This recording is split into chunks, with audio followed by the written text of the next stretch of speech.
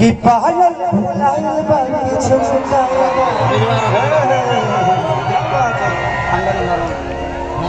बोलत ना बाड़ू का बाटे परेशानी कि कहे तोहर फोन से लटकल बलोला हो लटकल बलोला हे राजा छूटा तपस न गर्मी हे राजा जाई बाजारे ले ले आए गो कोका-कोला।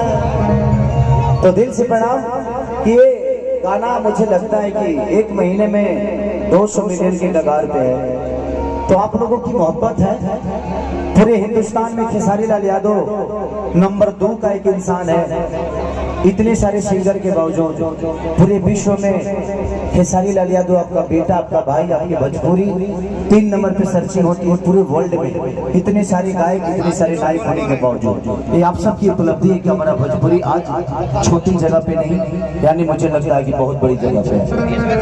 तो आपकी मोहब्बत है, दिल से प्रणाम है आप सब देवता रूपी श्रोता को, जिसने खेसारी लाल यादव एक गाँव से उठ के आया और आप लोगों ने इसको इतना प्यार दिया कि शायद मुझे नहीं लगता कि इतना प्यार आपने किसी को दिया होगा। तो जितना भी माता बहन बेटी काका चाचा पीती जे भी आई बा सबके हम खेसारी लाल यादव गोड़ छू के गोड़ अब सबकर छुए जाए तो बहुत टाइम लग जाएगा, इसीलिए इस मंच को आप सबका चरण समझ के मैं छू लिया ताकि सब लोग आशीर्वाद बारी बारी से दे दे ऐसे। और यहाँ के प्रशासन दिल से प्रणाम है आप सबको कि आप लोगों ने इतना कोऑपरेट और इतनी अच्छी व्यवस्था के साथ आप लोगों ने इस कार्यक्रम को कराने का काम किया है। और हमारे जयप्रकाश व्यास और उनके हित रिश्तेदार मित्र जो भी है जिन्होंने इस कार्यक्रम में अपना योगदान दिया है, दिल से प्रणाम। हम भोजन के लिए तो तारे लोग संग काम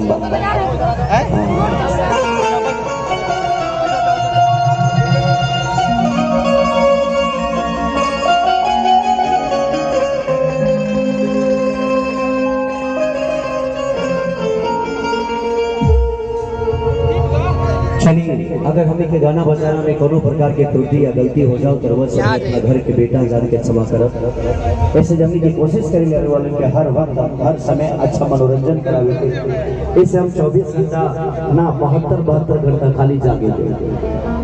अभी हम रात भर दिन भर कल शूटिंग करके रात भर गाना ताकि 6 बजे सुबह से बाई रोड निकल लिए ताकि लोग के टाइम से मनोरंजन करा सके। तो कोशिश रहेगा देखा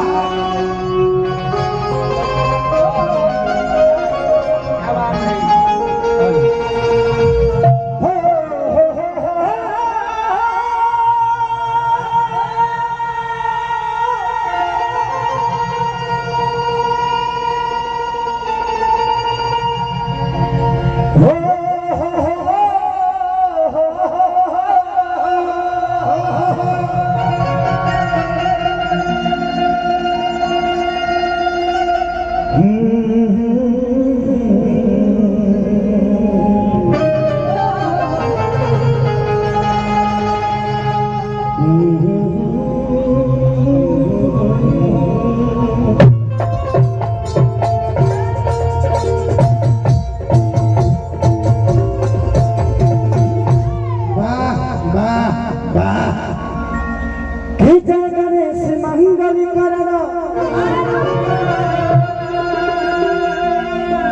विघ्न हरो गणरा एक दंत करी बड़ी बदना सीधी करो